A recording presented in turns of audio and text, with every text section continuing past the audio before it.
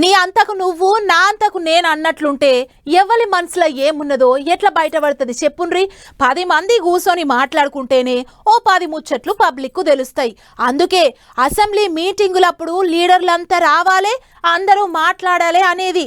అన్నట్టు AP assembly మీటింగులు చాలై 14 రోజులైతాంది. మరిగా బేస్తారం ఏమేం నడిచింది, లీడర్లు ఏమేమన్నారు, అట్లా పోయి అరుచుకొని వద్దాం పాండ్రి. అట్లిట్లా 14 దినాలకు వచ్చినాయి ఏపీ అసెంబ్లీ మీటింగులు. అటు మండలిలా ఎప్పట్లెక్కనే ఎంకన్న గుడి ముచ్చట్లు ఫ్యాన్ పార్టీల లొల్లే నడిచింది. దేవుని గుళ్ళ మంత్రి ఆనం రామనారాయణ రెడ్డి సారు గట్టిగానే అరుచుకుంటూ పంక పార్టీలను. టీటీడీ అధ్యక్షుడు వైవి సుబ్బారెడ్డి గారు చెప్పారు, అధ్యక్ష కలిసి జరిగిన మాట వాస్తవం అని. ఆయన తర్వాత వచ్చిన కరుణాకర్ రెడ్డి గారు చెప్పారు, అధ్యక్ష ఈ కలిసి జరిగిన మాట వాస్తవం అని. వాళ్లే ఒప్పుకున్న తర్వాత వీళ్ళు ఎందుకు అధ్యక్ష మాట్లాడతారు?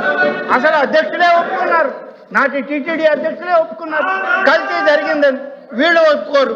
ఇక ఆనం సారు మాట్లాడినాక లడ్డు కల్తీ మీద చర్చ ఒడిసింది. మళ్ళీ ఎవరు మాట్లాడొద్దని చైర్మన్ సార్ చెప్పేటాలకు పాక పార్టీ వాళ్ళు గరం అయినరు. నడుమాతరాన ముచ్చటను అట్టెట్లో కొడతారు అన్నట్టు మాట్లాడినరు.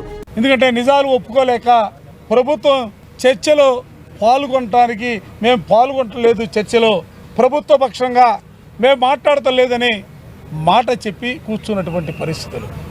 అసలు ఇంతకంటే దౌర్భాగ్యం ఎక్కడైనా ఎప్పుడైనా జరుగుతుందా అని నేను ఈ సందర్భంగా అడగదలుచుకున్నాను. అటు మండలి ముచ్చట్లు ఇట్లుంటే ఇంకో దిక్కు శాసనసభల మంత్రులంతా ఒక్కొక్కళ్ళు పథకాల లెక్కలన్నీ చెప్పుకొచ్చిండ్రు.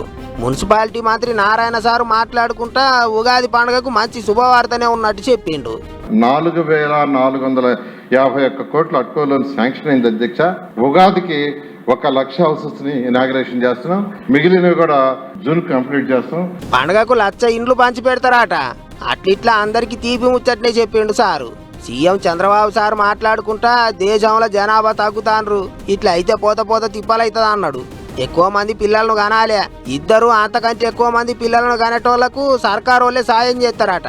అభివృద్ధి అయినప్పుడు ఆటోమేటిక్గా డబ్బులు సంపాదించే విధానంలో పిల్లలు దొరుకునే పరిస్థితి వస్తూ ఉంది. దీనివల్ల చాలా దేశాలు ఇబ్బంది పడ్డాయి. అందుకే ఒక నూతనమైన విధానం కోసం ఈరోజు మేము ఆలోచించేది, ఈ రెండో బిడ్డ కానీ చైల్డ్ కానీ 2 కంటే అబౌవ్ ఎంతమంది వాళ్ళు ఇచ్చేస్తే డెలివరీ సమయంలోనే 25,000 రూపాయలు ఆ పేరెంట్స్కి డబ్బులు ఇస్తామని చెప్తున్నారు.